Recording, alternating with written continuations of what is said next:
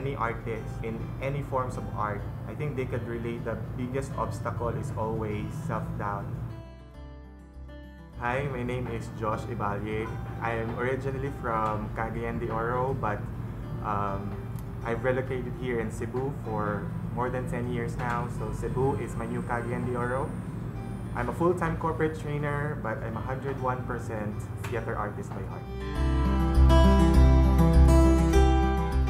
I can trace it back to my high school years.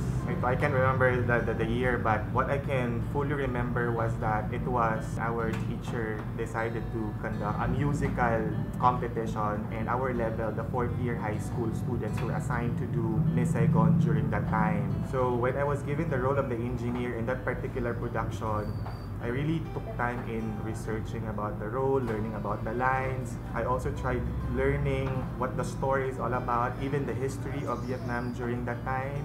That process, that took ko na in love sa theater in general. I realized that it's a magical journey. Theater namo siya na subject. It's a major subject in college. And we were asked to write a script and bound a one-act play.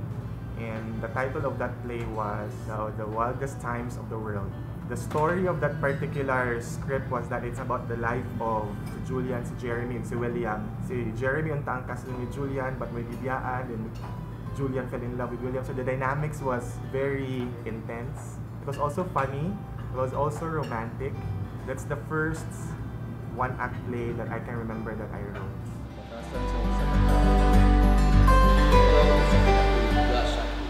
Si Chris Clare of Mercy is the first original one-act play staged and produced by our house. The theater group that I'm in features 3 original one-act Cebuano plays, namely Dinil na Bakuto Bang Tanan, ang Tulo Ka Panagway ni Claire o Pit Senior kay Mercy Kini.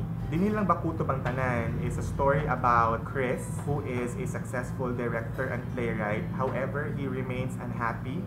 So technically, the discussion about Dinil na Bakuto Bang Tanan is what makes man truly happy? Is it the successes in life or is it something else? Ang Tulo Ka Panagway ni Claire, on the other hand, tells a story about Claire who suffers from dissociative identity disorder caused by a traumatic experience when she was still young. Because of that traumatic experience, she was able to develop waka alters. Ang Pit Senior kay Mercy Kini is about Mercy, who is a transgender woman who dedicated her life in taking good care of her father who suffered from a lung failure. I wrote that story because I wanted to showcase na transgender women sometimes sacrifice their lives for the love of their family.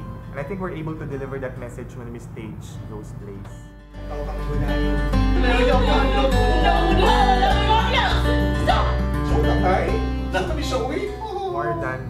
More than the citations, more than the trophies, I think ang pinaka-achievement din siguro is to be able to change the mindset and change the behavior and attitude of our audience. I'll tell you one story. When we staged si Chris Clare of Mercy, there's this one particular student from one of the universities na nakita sa show who sent me a message via Facebook. She told me that the material, katong Pit Senior kay Mercy Kini, gave her the courage to admit to her parents na she was pregnant because she was hiding na she was pregnant. After watching Pit Senior kay Mercy Kini, she became honest to her parents just because she realized na at the end of the day, if she will give birth to that child inside her womb and if that child will disown her just like what she's doing currently, di daw niya makaya. So I think that's the biggest achievement na buhat siguro from my end as an artist.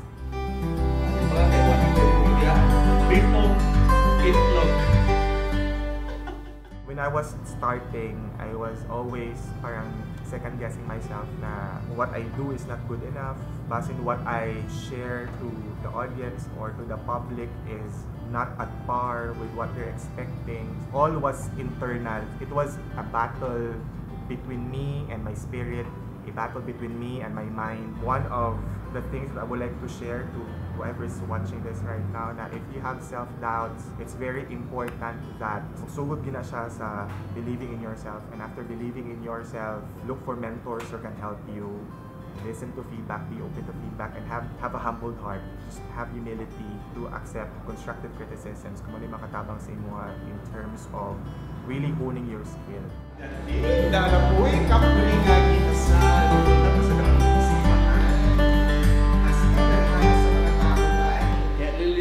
What I'm afraid na that's going to happen, that will happen to the theater community in Cebu is kung mag-stage lang mga materials that are not well thought of. Because ako personally, and together also with the entire team sa our house, that has always been our vision to provide our audience with relevant and significant theater productions. Wait.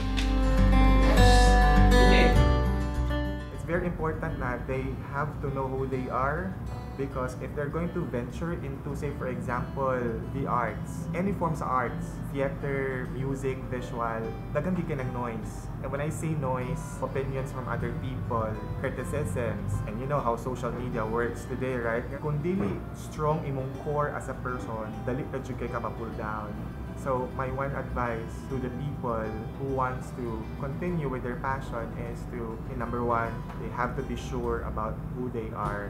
Number two, look for mentors that can help you. And then number three, if you're able to find a group who shares the same passion with you, just like what I have in our house, treasure that.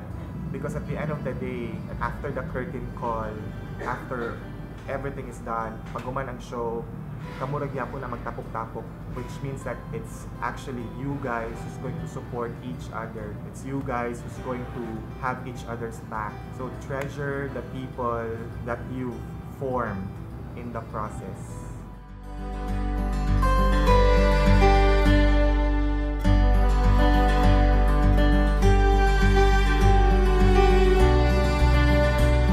Yo, what is up guys? I hope you like this story. If you do, please give it a thumbs up. Let me know what you guys think. Special thanks to Craig Cafe for letting us use the location, and huge thanks to Josh Eballe for sharing us his wonderful story, and a shout out to Our House Production for inviting me and my girlfriend to their shows, to Chris, Claire, and Mercy. It was a wonderful show. We had fun. It was amazing. Keep it up guys. I hope to see more plays from you. Please check out and support me on my Patreon page. I believe all the links are down in the description below. Yeah guys, I got a What's Your Story merch. It's a What's Your Story journal. If you guys want to grab some, just message me on my Instagram or in Facebook page. And if you want to watch more, there's a lot of videos right over here and more stories right over here. And don't forget to subscribe because I make videos every weekends. I hope to see you in the next video. To the boys.